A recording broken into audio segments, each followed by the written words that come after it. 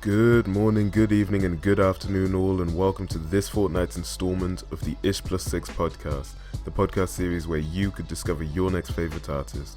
I go by Ish, and today I am joined by the one and only Tahj Keeton. Tahj Keeton is an Atlanta-based rapper who has been steadily growing over the past few years, dropping music videos, albums, mosh pits, you name it. You know the vibes. Most recently, he dropped his fifth album, Everyone's Scared, available on all platforms, which you should all go and check out. Please welcome Tahj Keeton to the podcast.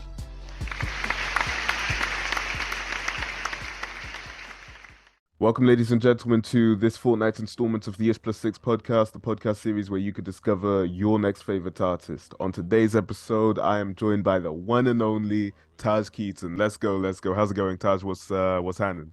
What's good? I'm good, man. I'm chilling. Just kicking it. Very excited for this interview. Yeah, man. Where are you coming to us from? I'm in Atlanta right now. Yeah, nah. Atlanta's like, I don't know. I feel like it's just always been popping with like a hustle and bustle of people bringing new stuff to the industry. You know what I mean? Yeah. Yeah. A lot of shit comes out of Atlanta, and we don't get a lot of credit for it. Yeah, man. Do you know what? We can get into that a bit further into the podcast, but you've seen every single episode before, so you know that we always start off with the joke, and today's no different. I'm in too deep. Let's just get into it, man. All right, cool. My grandfather warned people that the Titanic would sink. No one listened, but he kept on warning them nonetheless, until they got sick of him and kicked him out of the movie theater. I don't.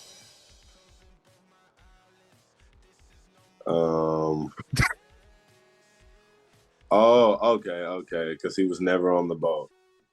So you're just saying the Titanic sucked.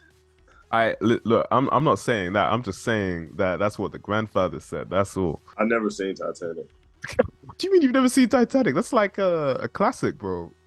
I've never seen that shit. That's It's like just, is there any black people in that movie? I'm pretty sure there's like a Mexican guy in there. It's not for me. It's not for me. Man. I guess they probably just didn't want to put no niggas on the boat no more.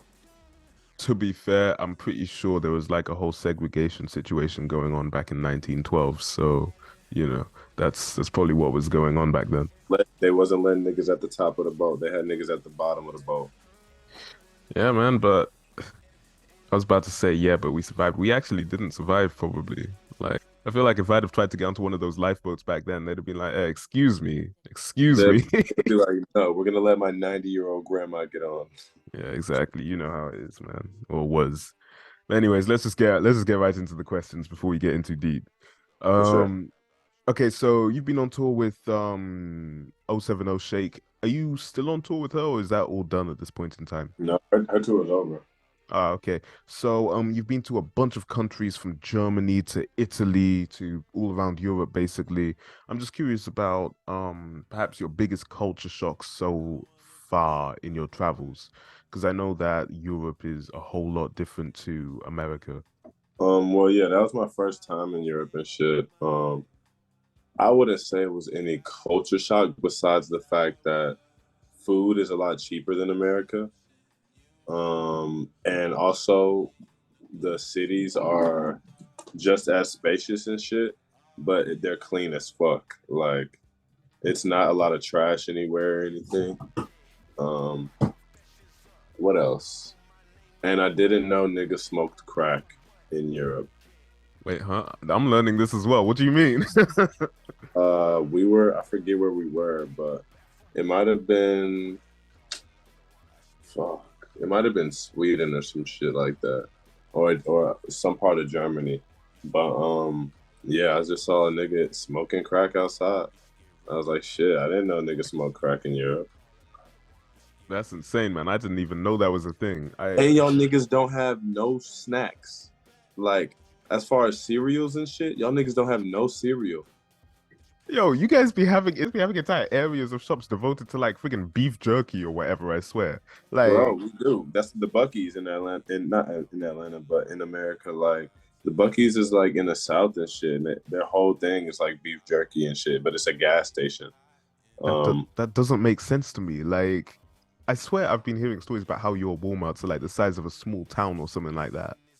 bro, shit, low key, like, but y'all niggas don't have no cereal, like, and then if y'all do have American cereal, it's like $12. Like Fruit Loops and Fruity Pebbles and shit like that is like $3 here. But that shit is expensive as fuck in Europe. I, And y'all don't even have the good cereals. you know what it is, right? It's because it's all imported and all of that. So, it's just I don't know how to explain it, man. But hey, we have Cheerios here, and I don't even like Cheerios that much. I'm Y'all not gonna niggas lie to got you. beans and toast. Hey, listen, have you tried beans and toast? Trust me, it goes hard. Trust me. Beans and Bruh. to but you gotta season the beans first. You gotta chop the onions, fry the onions, then put the beans in, and then maybe a bit of black Bro, pepper or something. so listen to me. Are you eating the beans before or after you brush your teeth? Well, personally, before for me, I'm not gonna lie to you. Okay. Okay. Okay. Yeah, you about to roast me or something then. Yeah, nah, nah, nah, nah, nah. I'm not about that Because I'm life. like, nigga, I know some niggas brush their teeth in the morning, eating some onions and beans, and then going to school like, hello. Yeah, I saw a tweet the other day, right? It was like, why do people with stinky breath love to breathe so much? And honestly, it's the realest thing ever. They love to really draw out the H's like, hi, like, Hey, how are you doing? I don't know what it Where are is. you going? And they love to get real close as well, all up in your ear, like you say as well. Something, hey. No, Yeah, hell no, bro.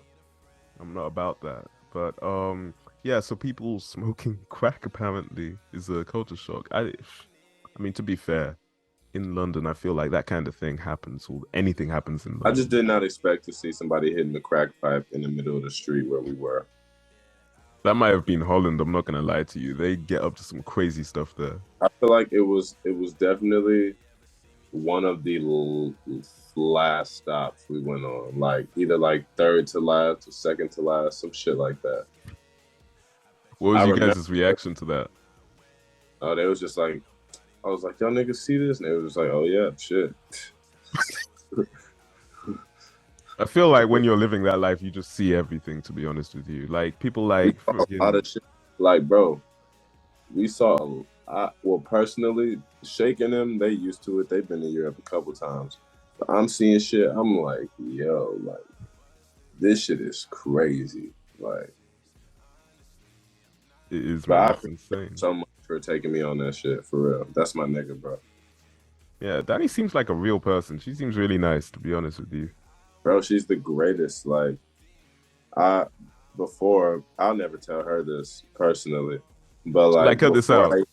before I even met her, I was just the biggest fan in the world. Like I was in love with her music. I'm still in love with her music. I know everything, bro. And like um the way we met, I went on her American tour because I was with my boy Johan, just helping him out type shit. But I was in the pit every night type shit. Um and then randomly she just asked me to pull up and like and I was like kind of cool with all the homies around this shit, but we had never really had a conversation for real. And so me going on that tour, I'm like, I kind of know how she is, but I just don't want to be too much. But she literally just like me type shit. She's literally just like all the homies, like playing 2K, gassing up, chilling, like just having fun. Like she not too serious about nothing except the music. Like she makes sure she has fun and everything is just open hearted. She's very kind. Like, you know what I'm saying? Cause you just I didn't personally know what to expect. I'm just like, I'm little bro coming, like, you know what I'm saying? But she's a real fucking person. She's a real human being. You know what I'm saying? Everybody on that fucking tour, all her homies, like Barada, Be Heard, fucking Sean, real people, bro. You know what I'm saying? Yeah, man, absolutely, absolutely. And do you know what? That kind of leads me into the next question in that you've connected with some pretty notable people in the industry. And I mean, it's all crazy because you're really only at the beginning of your career. Yeah. I'm curious to know who you would say or which experience you would say have been the most profound so far. Mm-hmm. Well, I'll say it was like I think last year or the year before, I worked with my favorite band, Cherry Glazer. Um, that was a big deal for me. Um, also, just seeing Danny in the studio was very inspiring for me too, because I was thinking the way I recorded was so weird and shit.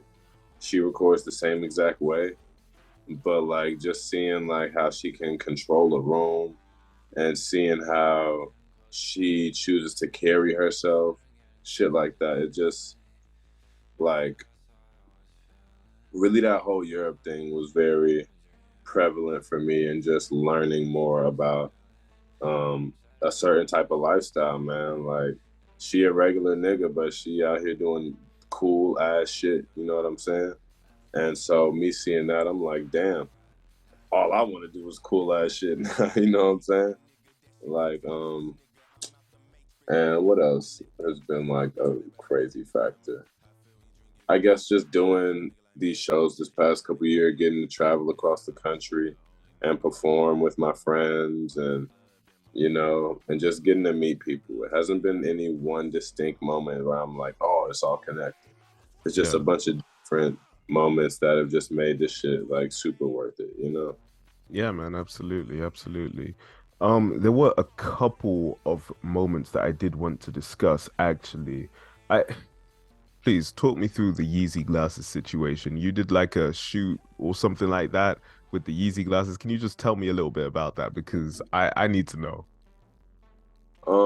It was just very random. Like I was in New York. I shot like 3 music videos, and like a friend of mine works at Yeezy, and she was just like, "Pull up." We didn't know what the fuck was going on, and they handed us some iPads and shit, and it was like, "Yo, take pictures on this, dress yourself, like," and that's it.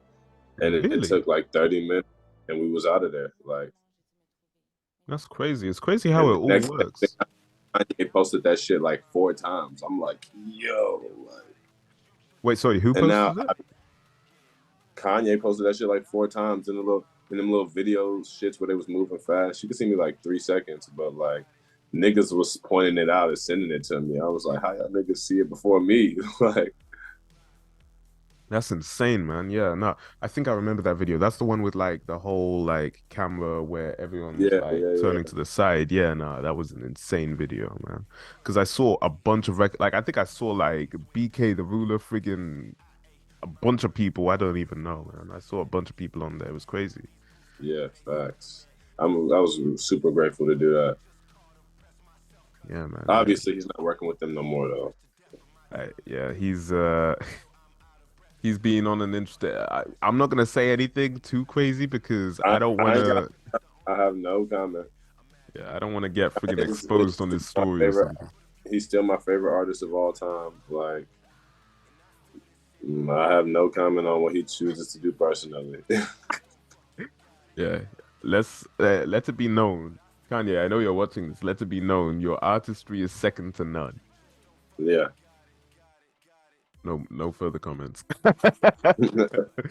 But yeah. So in the past, you have mentioned getting on stage with Travis Scott, actually, and t I'm curious about that because what was the experience with him like? Like, was it did he seem surprised, or is this just like a normal day to him? What was it like?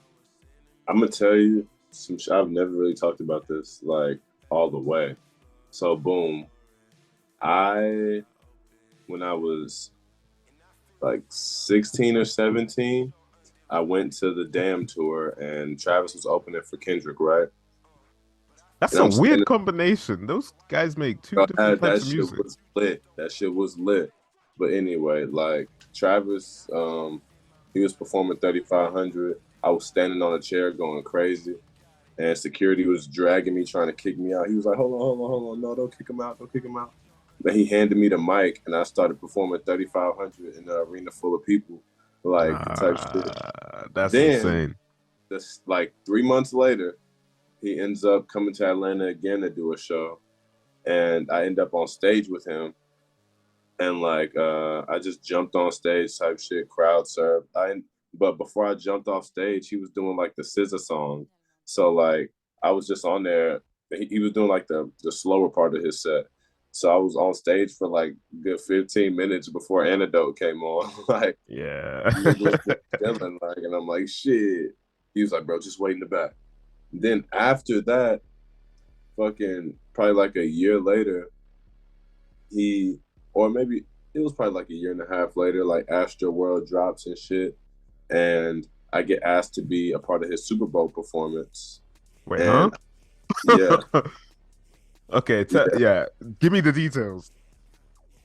I just got an email one day that was like, pull up to the arena, like, and I was like, oh shit, I was in college at the time. I was like, fuck, all right, and basically like I was just helping like with curate the mosh pits and shit for that. But then they ended up telling us no moshing on TV, like whatever. And it was my job to make sure I caught him, like because I was taller than everybody. When he did that little stage dive thing, they were like, make sure you're the main one that catches this nigga when he falls back.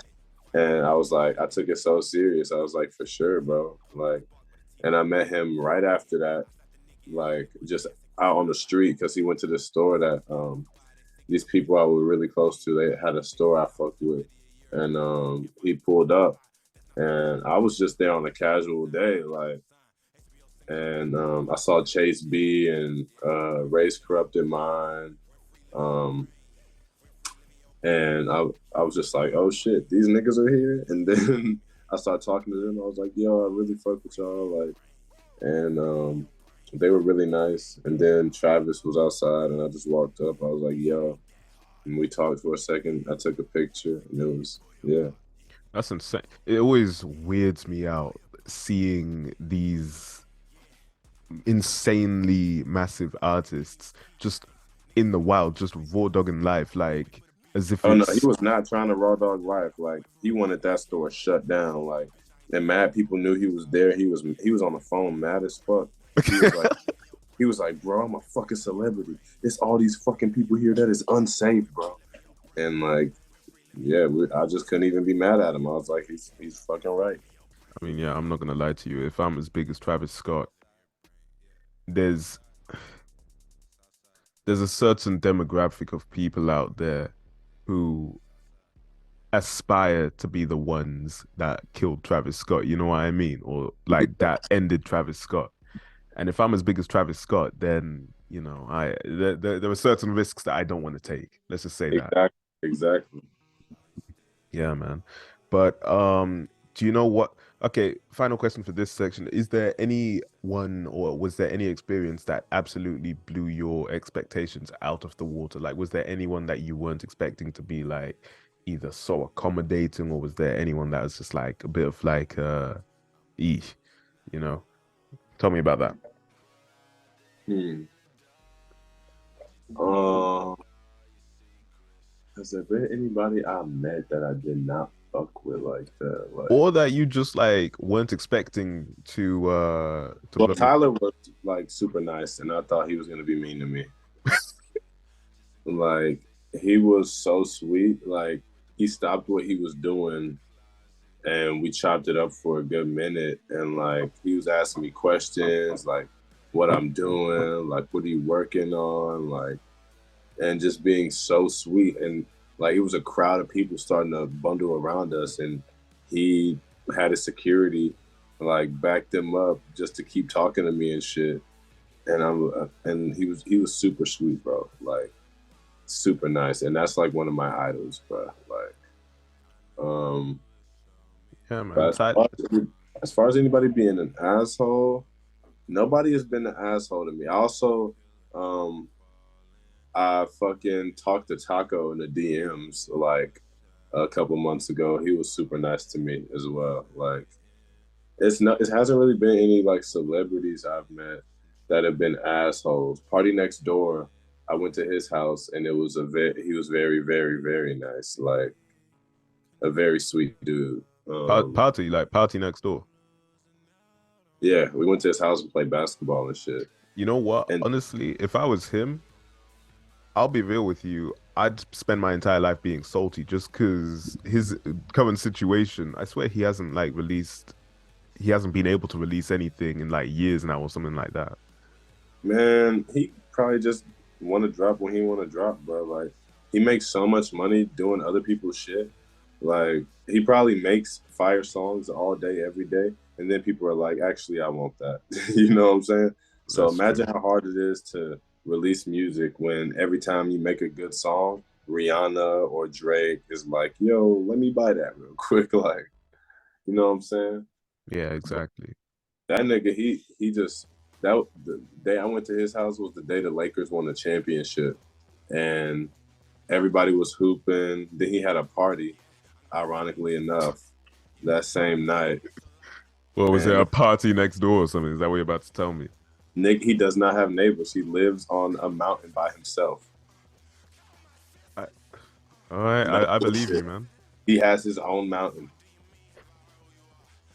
If you have that much money, then why not own the entire tri-state area or whatever? Friggin' You Dr. know what I'm Doofus saying? modes. For real. Yeah, man. So what? So it was just like a party, just on the side of a mountain or something. Nigga, not on the side. This nigga has a mountain. But like walking up to his house, you have to literally, bro, it's a hike. It's a real hike. His driveway is a hike. I, that's insane. It's some bullshit. Wait, it pissed you off. You're like, why is this guy so damn rich? I have to. Nigga leaving the party like trying to get an Uber and my legs is burning. Like His driveway added like what an extra like $5 to the Uber ride or something like that. they couldn't even come up. They couldn't even come up to his driveway. So niggas literally had to walk fucking 2 miles to fucking get to the Uber. Nah, that's a piss take, man. That's a piss take. So we'll get into like the main body of questions now. So a lot of the recurring themes in your music revolve around things like existentialism, aggressiveness, chaos as a whole. There's just this sort of hectic kind of vibe in a lot of your music, especially in this recent album, Everyone's Scared. Uh, were there any pivotal moments that led to you pursuing these themes as a whole? I mean, I've just grown up in chaos, like a lot. I've had just my childhood was filled with a lot of family problems, and because I was raised in so much aggression, I guess I just responded in the opposite way. Especially as a kid, like I wasn't really able to express my emotions for real. Like, so it's not like I could talk to somebody and be like, yeah, like shit's kind of hard on me right now. My mom was like, you sad nigga, you gay, like type shit. Like, Yeah. so it's it's been on like it got to a point where in my last album, like I was just so fucking angry because like I realized all the shit that was happening to me as a kid was not normal. Like I tell my friends now and I'd be laughing about it, expecting them to laugh, and they'd be like, nah, bro, like I'm so sorry. Like, but like that type of shit like fumed me making my first project. It's literally called South Atlanta Rage Fest. And but with me making those more aggressive sounds, I always make sure not to draw too far into that. Like it's still shit that's very psychedelic and introspective and shit like that. Because if you're gonna be angry, at some point you calm down and you're starting to realize things and get sad, you know. And so it's just my music has been a direct reflection of anything I've been feeling. With Everyone Scared, it was more narrative driven and it was a whole story I wrote out. But every single song is like a metaphor for some other shit that's been going on in my life, even though it's supposed to be a fictional story that I wrote with the album. It's still all just metaphors for my life. Yeah. Yeah. Yeah. It's interesting how you mentioned responding to aggressiveness, or rather a violent upbringing, with the opposite, because obviously you mentioned going quiet for 2 weeks and just not saying anything just to see what would happen, in the past. Do you know that? What have you been watching? Bro, I dot dot dot. Nah, but Nigga Nardwar. chill, man, chill. Nah, but yeah, nah, you mentioned that what's that thing that he says? I have to know. We have to know. I'm not well, or whatever. Oh no, Well, wait, you're no. Tahj Keeton. You're We have Tahj to know. Keeton. We have to know. Yeah, nah. But yeah, you have mentioned that in the past, and like it's interesting how you what's I gonna say, man? You just completely set me off trying to. Responding to violence with um the opposite. Yeah, basically, it's interesting, man. Yeah, my mom was a very abusive parent when I was younger. And it wasn't like I'm about to beat up my mom. You know what I'm saying? Like, so it was just on some shit where a lot of shit I just had to deal with. Like, I didn't really have anybody to talk to. I had my aunt, but I would see her on the weekend. So during the week, I'm like at the crib, like, fighting for just, your life, yeah. yeah, bro, like, just trying to figure out how to maintain. And then, like, while this chaos is happening, I'm failing in school, and that makes my mom even more mad. And now more shit is going on. Like, now she's like, "Are you retarded?" You know what I'm saying? I get you, But man. Yeah. all that shit just, I would not take any of that back, even though it was extremely traumatic for me. I've dealt with it now that I'm an adult, and I couldn't be more grateful for where those emotions have taken me. Exactly, man. Yeah. In your most recent release, everyone's scared. Okay, first of all, we'll just talk. Before we get into the main crux of the album, I want to talk a little bit about the album cover. Okay, the album cover is crazy, by the way. Let me just say that I'm always amazed by album covers that are actual pieces of art rather than just, I don't know, like a picture of some clouds or something. You know what I Yeah, mean? So, yeah. yeah, can you tell me a little bit about the album cover? It's got sort of like two-faced kind of like almost maybe Gemini-like kind of situation going on. Can you tell me a little bit about that? Um, well, my favorite painter, his name is TX Stokes. I've been looking at his stuff for years now, and I've been blowing him up for the past 2 years, just asking him, please, please, please. And he has this one painting that always stuck with me, which is kind of similar to the one I have, but mine is a little bit different. Um, and I was like, bro, finally hit me up like shit, like a month or two ago. And he was like, yo, like, I'm down, like, and I was like, bro, I'll pay you whatever. Like, boom. So we got that done. But really, it's just symbolic for the the kind of blurry line that is this album, the gray line that is like, what is the story and what is Tahj? You know what I'm saying? So there's the the face that has the line down, which is the character I built for the album, and then just my regular face and shit. And just the fact that they're unable to separate is just a voice of its own, you know what I'm saying? Um, and I wanted it to be this time, like my last album cover, you can't really see my face, but you can see like hints of it because I've always been very weird about like pictures and shit like that of my face. Yeah. But this one, I was like, you know what? Fuck it. Let's show my face twice.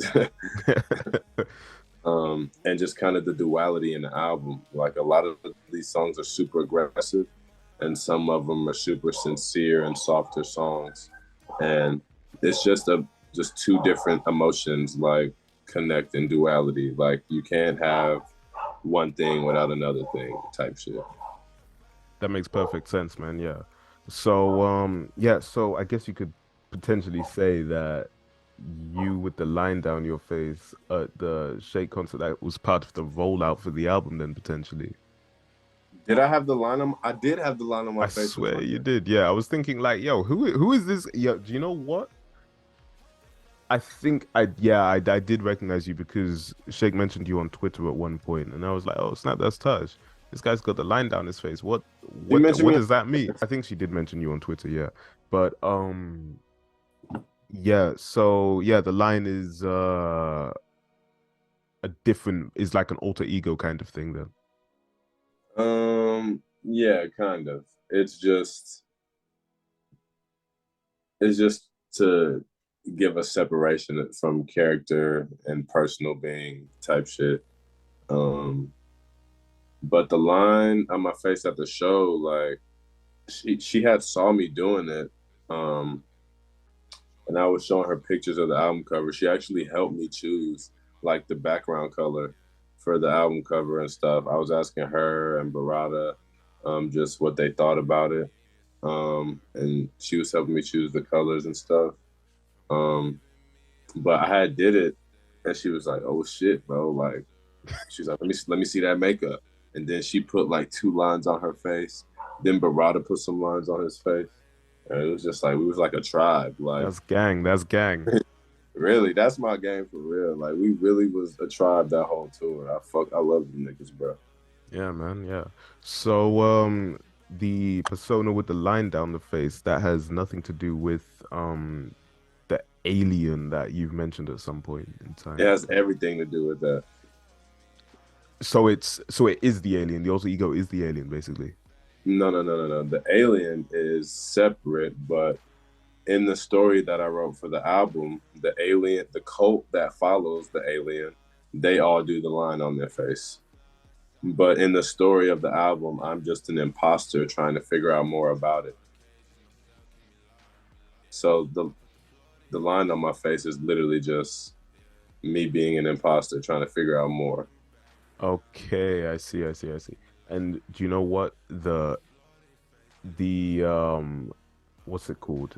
The way that alludes to like actual the implications of that towards like actual reality is crazy as well, I'd say. It's What pardon? what do you mean? By like how, feeling like you're an imposter amongst just the general public as a whole, if you know what I mean. Yeah, it's more like signifying that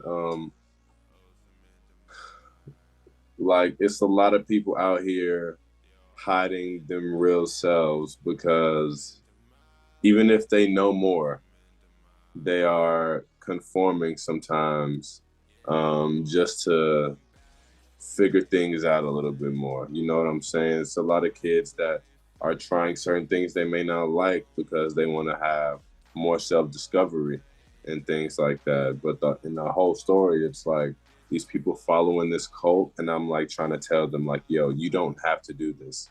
Yeah, man. Like, So we'll go into a bit more detail about your album. So in the interlude algorithm, you discuss the idea of people being fake versions of themselves in this sort of era of humanity, the rise of social media and that kind of thing.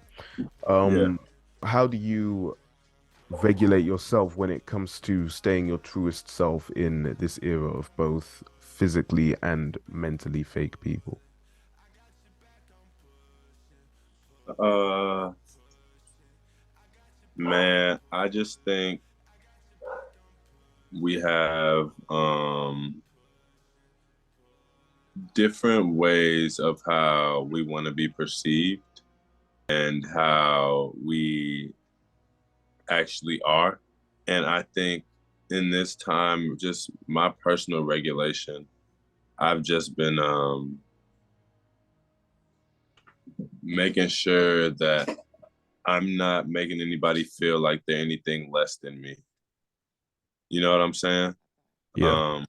I think, especially with the internet right now, a lot of people want to be bigger than life and larger than life and want people to see them as just this massive, untouchable thing.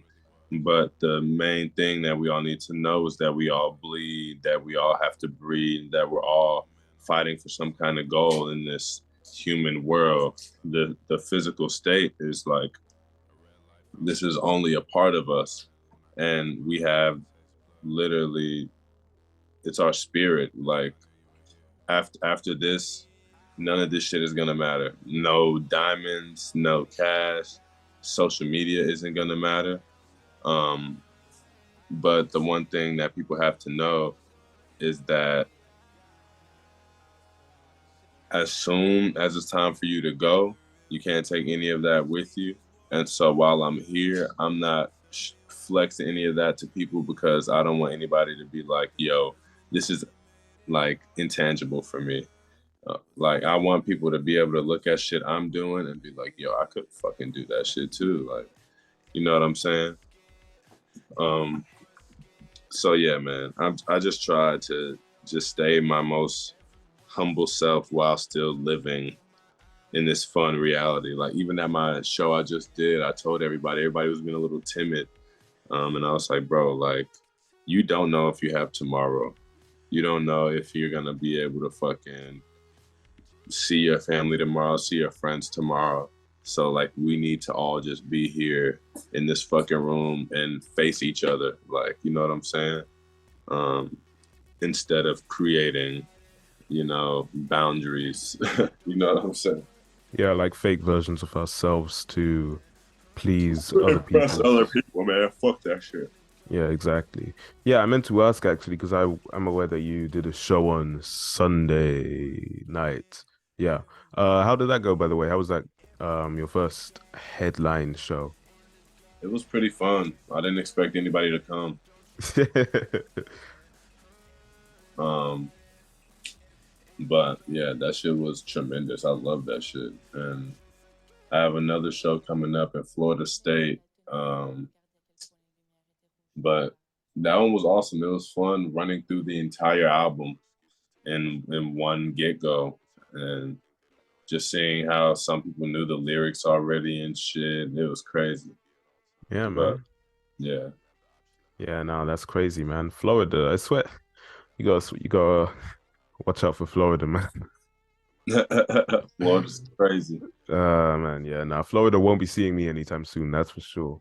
But anyways, let's move on to the next question. Okay, so in your most recent release, Everyone's Scared, personally, I could identify a whole lot of similarities to, or rather, inspirations taken from other artists in your work. People like Mike Dean in the synths, people like Tyler on tracks like Confessions, you know, the Ego era Tyler that is.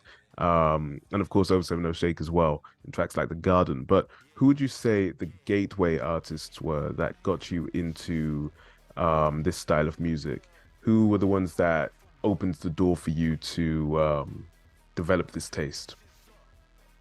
Yeah, fucking Kanye West, bro. He is the one that started all of this shit for me. He is the first rapper I heard, and I was like, why doesn't all rap sound like this? Like, and I would not be who I am without that man, regardless of anything that he has done. His artistry has just surpassed anything beyond what we could even understand. Um, and so even yeah, like the Tylers, the ASAP Rockies, Shake, like it's I've just developed this taste of music that has just been a little bit more intricate because I'm tired of listening to normal shit. You know what I'm saying? Like, and yeah, like even Igor is one of my favorite albums of all time. Like you could hear that in the album, like type shit. Like Yeah. that album, I was listening to that album when I was homeless, like doing dishes for white people type shit. Like, and same with Shake. I was listening to Modus Vivendi the same time, like doing dishes for fucking white people. And it's just listening to that shit and me being like, yo, like, this is what music well, music is subjective, but to me, I was like, this is what music should sound like. It should sound like it's delicate and being taken care of and precise and, you know, just heart. I wanted to put my heart into this. Like, if I'm gonna make a song, it needs to directly reflect what I'm feeling. Like on Confessions, I say like the darkest line I probably ever written. I was like, I knew mama kept it in a drawer, loaded.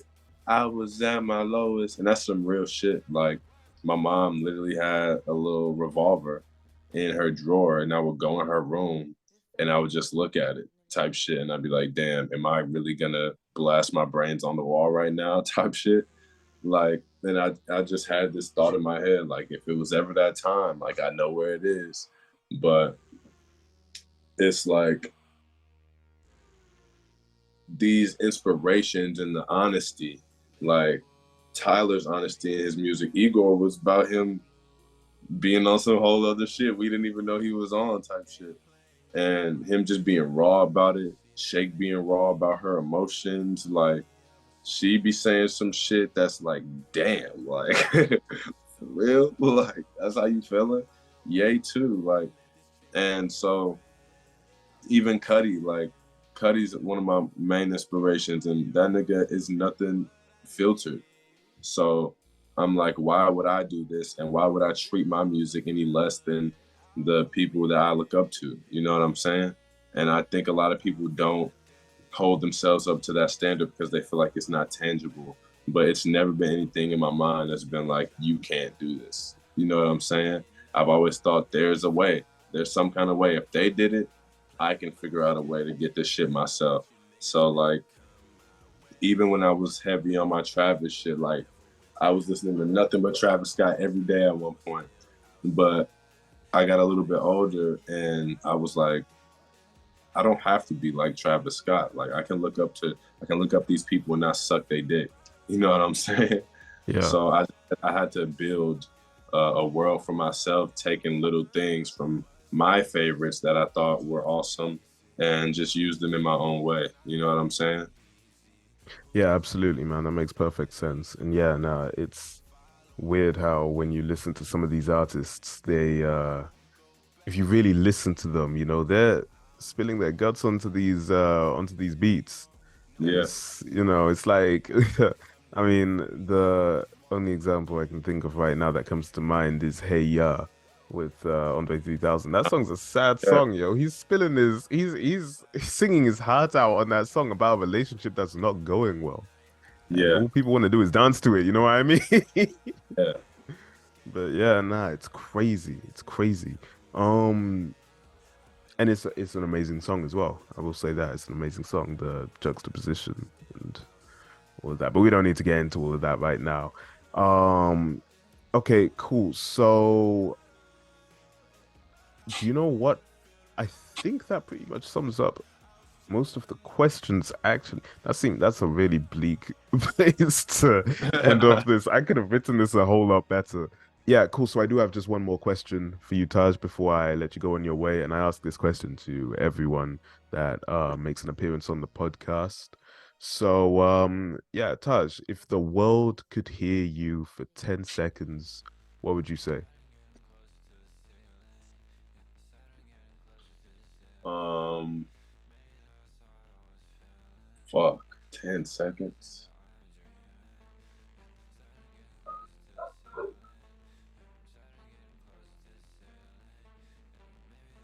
Everything in this life is based around love. So there is no point in hating another person because at the end of the day, you have to die just like them. That is all I would say. That's profound, man. Yeah, that's profound. I mess with that. Yeah, Do man. will end up in the same place when at the end of the day. Your skin color, your ethnicity, where you live, how much money you make does not matter. We all go to the same fucking place. Exactly, man. Exactly. But yeah, is that other than that, you know what? I think that's a good place to end off this episode of the IshPlusSix podcast. Listeners, watchers, experiences of the IshPlusSix podcast, thank you for watching. Taj, do you have anything you'd like to say before we end off? Everyone's scared out now. Everyone's scared Europe 2023. Brah. You know the vibes, guys. Make sure you all go listen to Everyone's Scared on Spotify, Deezer, friggin' YouTube Music, friggin' everywhere, bro. Go listen to it. My personal favorite tracks are Confessions, Monsters, and Raspberry. Make sure you guys go and check it out. And also Spotify. Listeners and watchers, experiences of the IshPlusSix podcast. Keep it real, and I will see you later, alligators.